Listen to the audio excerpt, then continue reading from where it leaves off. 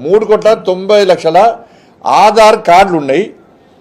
ఆధార్ కార్డులు తీసుకున్న వాళ్ళు ఇంకో 30 లక్షల మంది ఉంటారు. అంటే 4,30,00,000 మంది జనాభా తెలంగాణ రాష్ట్రంలో. సరే, ఇంకో లెక్క చూద్దాం. ఎన్నికల కమిషను 3,30,00,000 ఓటర్స్ ఉన్నారని చెప్పారు. 3,30,00,000 ఓటర్స్. ఇలా ఫస్ట్ నుంచి 10th వరకు చదువుకున్న వాళ్ళు 60 లక్షల మంది అని చెప్పి ప్రభుత్వం లెక్కలు చూపడుతున్నది. అంటే 3,90,00,000. ఇప్పుడే పుట్టిన వాళ్ళు, ఒకటి చదువుకుని రాని వాళ్ళందరూ కూడా వాళ్ళు ఒక 30 లక్షలు ఉంటారు. అంటే ఆ లెక్క చూస్తే 4,30,00,000. 4,30,00,000 జనాభా అన్ని రకాలుగా చూసిన 4,30,00,000 జనాభా ఉన్నప్పుడు మీ సర్వేలో 3,70,00,000 అని ఏ విధంగా వస్తుంది? ఇంకా 60 లక్షల మంది ఏడికి పోయారు. మరి మీ సర్వేలో ఎందుకు రాలే? మీ కులగణన, మీ సర్వే ఏ విధంగా కరెక్ట్ అవుతుందో చెప్పండి. అధికారిక లెక్కలు చూసినా, అనధికారిక లెక్కలు చూసినా కూడా 4,30,00,000 వస్తున్నది. కానీ మీ లెక్క మాత్రం 3,70,00,000. మిగతా 60 లక్షల మంది ఏడికి పోయారు. వాళ్ళు ఎస్టీలా, బీసీలా, ఓసీలా, ఎవరు వాళ్ళందరూ? మరి మీ లెక్క కరెక్ట్ ఎట్లయితుంది? ఇవాళ కేసీఆర్ గారు సమగ్ర సర్వే చేస్తే హిందువుల మొత్తం బీసీల జనాభా ఎంత అంటే 51%. ఇవాళ మీరు సర్వే చేస్తే 10%, మీరు సర్వే చేస్తే 46% వస్తున్నది బీసీ జనాభా. దాని ముస్లిం వస్తే 56% అవుతున్నది. మరి కేసీఆర్ ముస్లిం మాట్లాడారు. మరి హరీష్ రావు గారు, కేటీఆర్ గారు ఇదే అసెంబ్లీలో, ఇదే ప్రభుత్వాన్ని ప్రశ్నించిన అసెంబ్లీలో, మేము మా సర్వేలో 51% బీసీల జనాభా అయితే మీ సర్వేలో 46% బీసీల జనాభా ఎట్లయింది అన్నప్పుడు ఆ రోజు ఈ ముస్లింల ప్రస్తావన ఎందుకు తీసుకురాలి మీరు అసెంబ్లీలో? అప్పుడు ప్రస్తావన తీసుకురారు, ముస్లిం ఇష్యూ రాదు.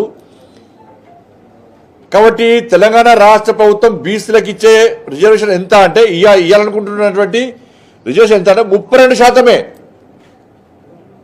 ఉద్యోగ ఉపాధి వర్గ రంగాల్లో మాకు ఇచ్చేది, బీసీలకు ఇచ్చేది 32%. అంటే 5% మాత్రమే ఇస్తున్నారు.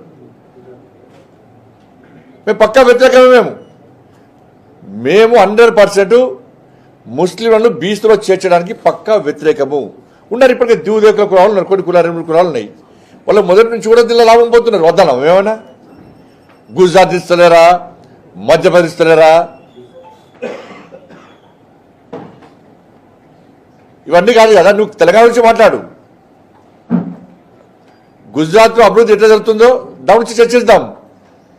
మధ్యప్రదేశ్లో ఏ విధంగా జరుగుతుందో చర్చిద్దాం. దాని మీద మరి అక్కడ అనేక సంక్షేమ పథకాలు ఏ విధంగా మనతో చర్చిద్దాం. అభివృద్ధి విషయంలో పోలిక పోల్చుకోండి. వాళ్ళు మీరు ఇప్పుడు 12% ముస్లిం జనాభా ఉంటే 10% తీసుకొచ్చి బీసీలో కలిపితే ఇప్పుడు 180 మంది వాళ్ళే ఉంటారు.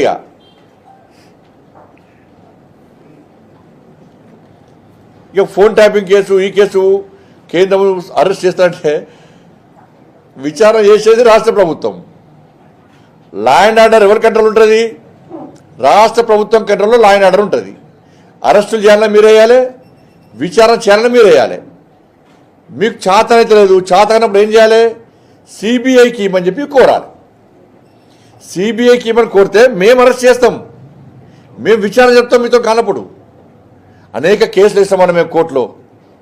మరి చింతల రామచంద్ర రెడ్డి గారే ఫోన్ ట్యాపింగ్ కేసులో సిబిఐకి ఇవ్వాలని చెప్పి కోర్టులో పిటిషన్ ఇస్తే అడ్వకేట్ జనరల్ వ్యతిరేకిస్తున్నాడు, ప్రభుత్వం వ్యతిరేకిస్తున్నది సిబిఐకి ఇవ్వడానికి.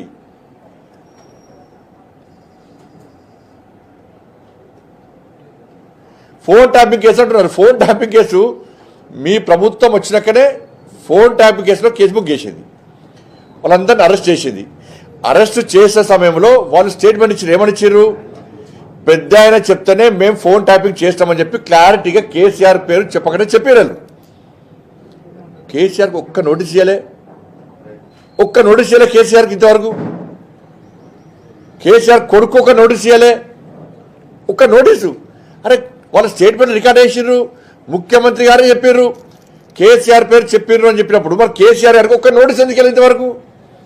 ప్రభాకర్ రావు గారు పారిపోయారు, శ్రవణ్ గారు పారిపోయారు. ఎవరు ఆయన పారిపోయారు? మీ ప్రభుత్వం ఏర్పడకనే మీ చేతిలో మీ కళ్ళ ముందే పారిపోయారు కదా. పారిపోయే అవకాశం ఇచ్చింది ఎవరు?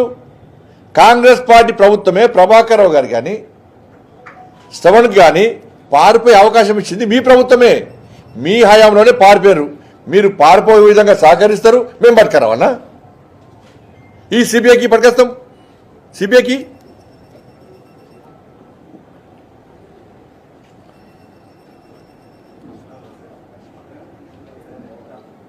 ఫార్ములా ఇరేస్ అన్నారు. దానిలో ఎంత ఘోరం అంటుంది. అలా కేసీఆర్ కొడుకు ఢిల్లీ హైకోర్టు వేయండు, హైకోర్టు విచారణ చేసుకోవచ్చు అన్నది. సుప్రీంకోర్టు వేయండు, విచారణ చేసుకోవచ్చు అన్నది. కనీసం నోటీస్ ఇస్తలేరు. ఆయన తప్పు లేదే, ఆయన ఇన్వాల్వ్మెంట్ లేదే కోర్టుకు పోయాడు. ఆయనే సాక్షాత్తు రాష్ట్ర ముఖ్యమంత్రి గారు, మంత్రులు అందరూ అన్నారు కేసీఆర్ కొడుకు ప్రమేయం ఉంది దీనిలో అని చెప్పని. దీనికి గమ్మత్తైన విషయం ఏంటంటే, ఎవరైతే ఆర్గనైజర్ ఉన్నారో ఫార్ములా ఏరియాస్ సంబంధించి అసలు ఆర్గనైజర్నే అక్యూజన్ చేర్చలే. ఆర్గనైజర్ ఎవరైతే ఉన్నారో ఆర్గనైజర్నే అసలు అక్యూజన్ చేర్చలే. కానీ విచారణ ఎడిపోతుంది? సుప్రీంకోర్టు ఇచ్చే, హైకోర్టు ఇచ్చే, మరి కేసీఆర్ కొడుకు ఎందుకు నోటీస్ ఇస్తలేవు? కనీసం నోటీస్ ఎందుకు ఇస్తలేవు? ఈ అరెస్ట్ ఎందుకు నోటీస్ ఇస్తలేవు? ఇలా విద్యుత్ కొనుగోలు విషయంలో అక్రమాలు జరిగాయి చెప్పి లోకూర్ కమిషన్ వేసినావు. నువ్వు నరసింహారెడ్డి గారు ఉంటే మార్చినావు, లోకూర్ కమిషన్ వేసినావు. ఆ కమిషన్ రిపోర్ట్ ఇచ్చి 3 నెలల ఇప్పటికీ 3 నెలల కమిషన్ రిపోర్ట్ ఇచ్చి ఎందుకు బయట పెడతలేరు? బయట పెట్టకూడడానికి కారణం ఏంది? ఇప్పుడు విద్యుత్ కొనుగోలులో అక్రమాలు జరిగాయని చెప్పి అన్నారు. అన్నప్పుడు అక్రమాలు ఎవరు పాల్పడ్డారని చెప్పన్నారు? కేసీఆర్ అక్రమాలు పాల్పడ్డారని చెప్పి ఇదే ప్రభుత్వం చెప్పింది. దాని మీదే విచారణ జరుపుతున్నది. మరి విచారణ సందర్భంగా ఒక్క రోజున కేసీఆర్ పిలిచి ఆ కమిషన్ విచారణ జరిపిందా? ఇదేం ఇన్వెస్టిగేషన్ అన్నా? కేసీఆర్ పిలవకుండా ఇదే విచారణ క్లోజ్ అయ్యిందంటే నివేదిక ఇచ్చే, నివేదిక సంకలం పెట్టుకొని కూర్చుంటుంది. ఆ నివేదిక ఏందో విద్యుత్ నివేదిక ఇప్పటి బయటపడతలేరు కదా. కాళేశ్వరం కేసు అదేనే. కాళేశ్వరం కేసులో కేసీఆర్ అక్రమాలు పాల్పడ్డాడు, క్వాలిటీ లేకుండా పనులు సాగించాడు, అంచనాలు పెంచిటో వేసి అక్రమాలు పాల్పడని చెప్పి ఇదే ప్రభుత్వం చెప్పింది. విచారణ అనేది అంత అయిపోయింది. మరి ఒక్కసారన్న ఆ కమిషన్ గడువు పొడిగిస్తూ పోతూనే ఉన్నారు. కానీ ఒక్కసారి కూడా కనీసం కేసీఆర్కి నోటీస్ ఇచ్చి కేసీఆర్ విచారణలోలే, కేసీఆర్ కొడుకులోలే, కేసీఆర్ అల్లుడిలోలే ఇదే విచారణ. మరి ఒక్క నోటీస్ కనీసం కేసీ